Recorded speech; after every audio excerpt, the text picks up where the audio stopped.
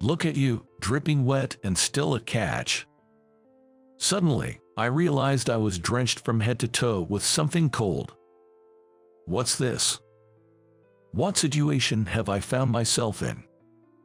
The raucous laughter and the sharp scent made me realize I had been doused with beer. As soon as I realized, anger surged within me. Why am I being doused with beer? I hadn't done anything to deserve this, so why am I facing such humiliation in front of everyone? I couldn't suppress the mix of sadness and rage that welled up within me due to this unjust situation. Since my childhood, I've been nicknamed Nerd.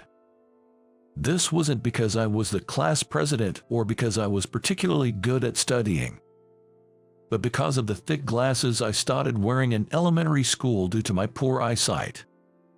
And not just any glasses, but the kind that made me look even more of a nerd because they were so unfashionable. Even though my parents could have bought me stylish glasses, they always said, "Glasses are all about comfort, looks come second," and handed me the same old design. I couldn't say anything since my parents were buying them, but deep down, I felt embarrassed. This feeling only intensified when I moved on to middle school. Rachel is so cute. I fell for a girl shortly after starting middle school. Students at my middle school came from 2 nearby elementary schools. This girl apparently went to the other elementary school, so she was someone I didn't know. According to boys who had been at the same elementary school as her, her name was Rachel. She was the daughter of a major outdoor products company CEO, a veritable princess. Many boys fancied Rachel, but with my plain looks and bottle-bottom glasses, I didn't stand a chance. Rachel's entourage mocked and laughed at me, calling me a gold digger and accusing me of trying to snag a rich wife. "Stay away from Rachel, you gloomy nerd." I was shoved forcefully and even threatened. I know it better than anyone else, even without being told. I'm not a match for Rachel, but surely I'm free to have feelings for her. Yet, that reality kept me from ever confessing my feelings. Then, one day, Rachel called me out. Was she angry that I had been secretly watching her? Wondering if she wanted to complain, my heart raced as I headed to the designated spot. The spot was at the corner of the school building, and I was terrified. When I got there, Rachel was standing there, arms crossed. "I've been waiting for you, Nathan." Standing rigid and sweating coldly, I faced Rachel as she called out my name with her arms crossed. What should I do? I'm really scared. With that thought, I fixed my gaze on Rachel. Even at a moment like this, I couldn't help but think, she's still so cute. "I have something I want to tell you," she said. Yes, what is it?" "I like you. Would you go out with me?" "What?" I couldn't believe my ears. What did Rachel just say? Did she say she likes me? And it sounded like she asked if we could date. Could I have heard wrong? With those thoughts, I pinched my own cheek to check. It hurt. If it hurts, then this isn't a dream. Is this for real? Was Rachel, the girl of my dreams, really saying she liked me? I was overjoyed. Well, I like you too, Rachel." What? As I was trying to confess my feelings to Rachel, she burst out laughing. "Ha ha ha, that's so lame. Can't believe you fell for it. Snort, isn't this hilarious?" Rachel's friends, who had apparently been hiding, appeared and started laughing loudly. Confused, I just stood there going, "What? You really took that seriously? Did you honestly think I'd confess to someone like you, Nathan?" Well, this was just a dare, idiot. No, that can't be. I knew that dares to confess were a common thing. But I couldn't believe they'd do this, knowing full well that I liked Rachel. What do they think of other people's feelings? After a good laugh, Rachel and her friends left me standing there and walked away. I was genuinely shocked and ended up developing a distrust of people, to the point where I couldn't bring myself to go to school anymore. My parents were concerned but didn't force me to go. They let me stay home as I pleased, which thankfully prevented me from growing to hate people. I guess I ran away from reality. I even ran away from entering high school. I knew dropping out at middle school would disadvantage me in life, but I just couldn't do it. After much distress, at the strong suggestion of my parents, I decided to enroll in a correspondence high school that would allow me to earn a high school diploma from home. I diligently attended classes for 3 years and somehow managed to graduate. While I missed out on a lot by living a reclusive life, I greatly improved my computer skills. Mostly self-taught, I acquired enough skill from middle school through high school to create my own online games. There's a good number of gamers who love indie games. In the online gaming communities, the word of my game spread, and I became somewhat well known among gamers. This led to friendships with other gamers. We usually interacted via chat, but I started wanting to meet and talk more in person. There are things you just can't fully express via chat, and once the idea of meeting up took hold, it wouldn't let go. Meeting in person means we could play games while chatting. Things hard to convey with words could be shown through actions, making the experience much more exciting. But I was hesitant to go outside. I was invited to a meetup, but I considered turning it down. I agonized over it until my parents suggested, why not go out for a change? They had always watched over me without forcing me to go out, even when I stopped attending school and stayed inside. Encouraged by my parents, who had always supported me, I decided to brave the outside and attend the meetup. The meetup was scheduled for late in the evening and in a place far enough that I wouldn't likely run into anyone from middle school. I reassured myself that staying overnight at a hotel would be fine and decided to go.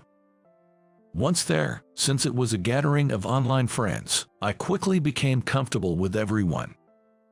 Talking and sharing stories, including those of others who had re-entered society from seclusion, made me feel like I could do it too. After that first meetup, I surprisingly managed to re-enter society quite easily. It was simpler than I thought. I started with a night job that didn't require customer interaction.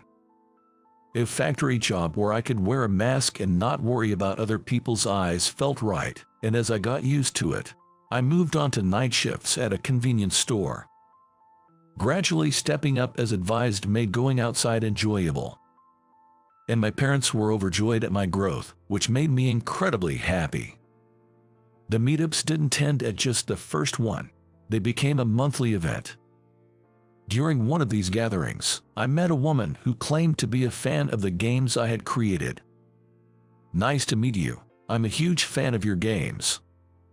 Thank you, I appreciate that. My name is Ember. I've been a fan since your first game, man. Ember praised my game enthusiastically, saying, this part was amazing and it was really challenging to obtain that item, as she shared all the things she found fascinating. Her enthusiasm made me increasingly embarrassed. I even made my own merchandise for the game characters since there weren't any official ones. Really? See, I tried to make it look like them. The strap she showed me definitely featured characters from my game. She modestly suggested it might not look much like them, but the key characteristics were unmistakably captured. Anyone familiar with my game would recognize them immediately. No, this is amazing. My games were just indie projects, without any sponsorship. I hadn't even considered making merchandise, let alone had the talent for it. After all, it was just a hobbyist's project that happened to get some attention among gamers. Custom merchandise would be costly and time-consuming to produce. It really means a lot that you like my games so much. Thank you. Not at all. I was genuinely touched by her enthusiasm. So, Nathan, I was wondering. Yes, what about? Would you let me invest in your talent? Excuse me. What did Ember just say? Invest in my talent. I found myself thinking about what investment actually meant, which felt entirely out of place. I don't think your talent should be buried in indie games. It deserves to be known by everyone. Could you give me a moment to think? This third game of yours is bound to be a hit. It absolutely needs to be released to the world. There was no stopping the excited Ember. Actually, my father runs a toy company. Would you consider working with us? What? There are no quotas. Just create whenever you feel inspired. The offer was incredibly tempting. Earning a living doing what I love is not something that comes by just because someone went to a prestigious university. I have become distrustful of people because of my middle school experiences, but that was no longer the case. I could trust the people I met through these meetups. Without trust, I couldn't move forward. With that thought, I decided to take up the offer. Working in a field I loved, I was able to fully utilize my talents in an ideal environment, and I rapidly developed new games. At the age of 25, I was promoted to an executive position in the company. 6 months after being promoted to an executive position at Ember's company, I received a postcard about the 10th anniversary reunion of my middle school graduation. To be honest, I didn't want to go. I had no fond memories of middle school. Understandably so. Moreover, the reunion included a grand barbecue at a campsite funded by Rachel's father, which made the prospect even less appealing. However, the invitation had already been marked with a circle around "will attend," and at the bottom it was written, "You'll regret it if you don't come." This must be the work of Rachel's entourage. Ignoring it might have been an option, but it seemed like it could lead to more trouble later, so I reluctantly decided to attend. After all, I'm not the same person I used to be, the one who used to hide away from the world. On the day of the reunion, as I arrived at the designated campsite, classmates who had turned a blind eye back then approached me with laughter. "Hey, Nathan, long time no see." "Yeah. Did you finally graduate from being a shut-in?" I felt more exasperated than angry at the rude greeting upon our reunion. It was clear that even past the age of 25, some hadn't matured beyond their childish behavior. I brushed off their teasing and focused on the meal in front of me. The food, prepared with high-quality ingredients, including freshly grilled meat and vegetables, was delicious. I had no interest in reminiscing about the past. I decided to at least enjoy the meal I had paid for and then leave. "Oh, if it isn't Nathan." An unwelcome voice reached my ears, and I grimaced before looking up. After swallowing the piece of meat in my mouth, I saw Rachel, dressed more flamboyantly than before, standing there. Considering it was a campsite, her revealing outfit and heels seemed dangerously inappropriate. "If you're here, you should at least say hello to me." Her arrogance hadn't changed. Rachel's condescending approach irritated me. However, not wanting to start a fight, I greeted her with a purely perfunctory "it's been a while." Unaware or perhaps too drunk to notice, Rachel continued to laugh boisterously. "How about it? All these products are from my company. This and this, even that grill over there, all state-of-the-art." As she began to boast about her family's business, other classmates started to look away with tired expressions, murmuring, "Here she goes again, and it's starting." People were mostly fiddling with their phones, responding half-heartedly. Perhaps frustrated by the lack of response, Rachel directed her anger at me, who had been ignoring her. Splash! What? Something cold hit my face, leaving me momentarily stunned. "Listen, when people are talking to you, why are you ignoring me?" Rachel's shrill voice and the smell emanating from my body made me realize she had doused me with beer. Why was this suddenly happening? Unable to stay silent, I glared at Rachel and demanded, "What are you doing?" Laughing at my anger, Rachel retorted, "Oh, look at you, turning into such a hunk when you're wet. Ha ha ha. Why am I being doused with beer in front of everyone? There's a limit to how much you can blame on being drunk." Eureka beer. One of her followers found the situation amusing and laughed even louder. Furious at Rachel's outrageous behavior and her followers' encouragement, I clenched my fists tightly. I didn't deserve such humiliation. Just as I was about to retort, an angry voice filled with indignation cut in before me. "Do you ladies realize who he is, to be treating him like this?"